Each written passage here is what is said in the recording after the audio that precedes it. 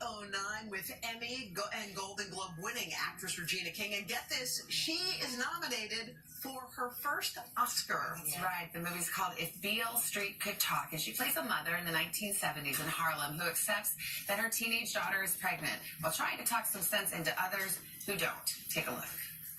That child is coming. It's your grandchild. I don't understand you.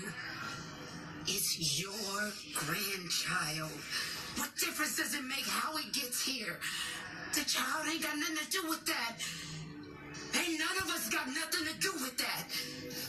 Regina King, good morning. Good morning. When you're doing that scene, are you like, that's my Oscar clip? That's it. Did you know there's something about this role? This might be the one. Yeah. I won't say so much about the role, but I just knew that this was a special film. I mean, when you get an email and it says Barry Jenkins is adapting a James Baldwin novel, you know immediately right there that's special. We want to dig into the movie in just a second, but I just want to take you back as you're nominated for your first Oscar. You're kind of sitting with this, and it got me thinking of like little Regina King when she was just a little girl. Before I grew into my hair.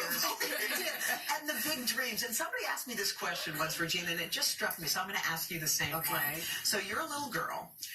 You're standing in your childhood bedroom, okay? Close your eyes, kind of look around, and describe what you see. Oh, it's funny. I'd see it immediately, but I went to 2 childhood bedrooms. Yeah. The first one was before my sister was born, so I had a big Dumbo, like post-it, like sticker on the wall, and then the other one was just yellow, with the yellow and orange butterflies curtains that my grandmother made, and that was when my sister and I were sharing the room. Were you allowed to have posters up on the wall? Did you have trophies? Michael Jackson was on the wall in yellow, so something. Yellow's a theme here, I guess. Yeah. Is this the stuff that you dreamed about when you were a little girl? Maybe not the Oscars per se, but to be an actress, to be a star. Oh my gosh, I was always acting things out, having conversations with myself, being someone else. My mother, I think, knew, something about those two. Well, back in the day when you were in 227 and when it all was just getting started, there was a woman there who inspired you, someone who you look up to even today. Tell us just a little bit about how her influence. Oh, Marla Gibbs. She just, I like to say she was the first. I mean, she was the first woman that I knew that was producing her own show, starring in her own show. She had her own dinner, like supper club. She had a school, a performing arts school. And I got to see that from 13 to 19, to just witness that and see her just handle it so elegantly. So a lot of times you're learning and don't even realize you're learning. So I think that was a lot of my preparation. You just won the Golden Globe, and as mentioned, we can't stop mentioning the fact that you are nominated for an Oscar, which is so well-deserved and so exciting. Is this a moment where you've kind of like taking a deep breath and soaking it in and kind of thinking about how you got here? Yeah, a bit of that, but also kind of like what's next.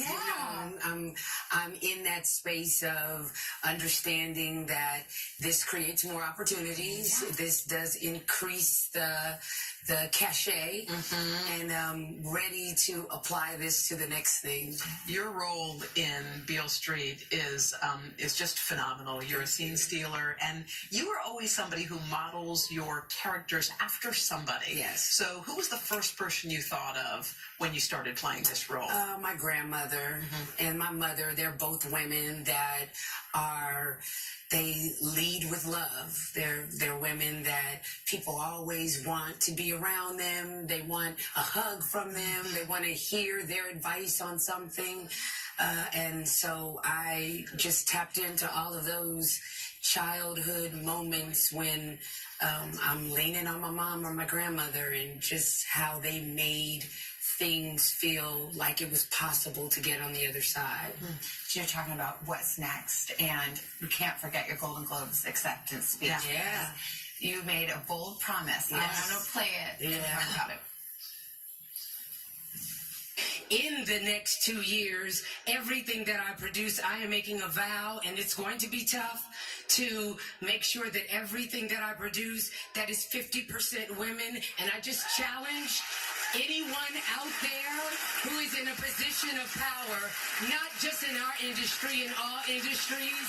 I challenge you to challenge yourselves and stand with us in solidarity and do the same.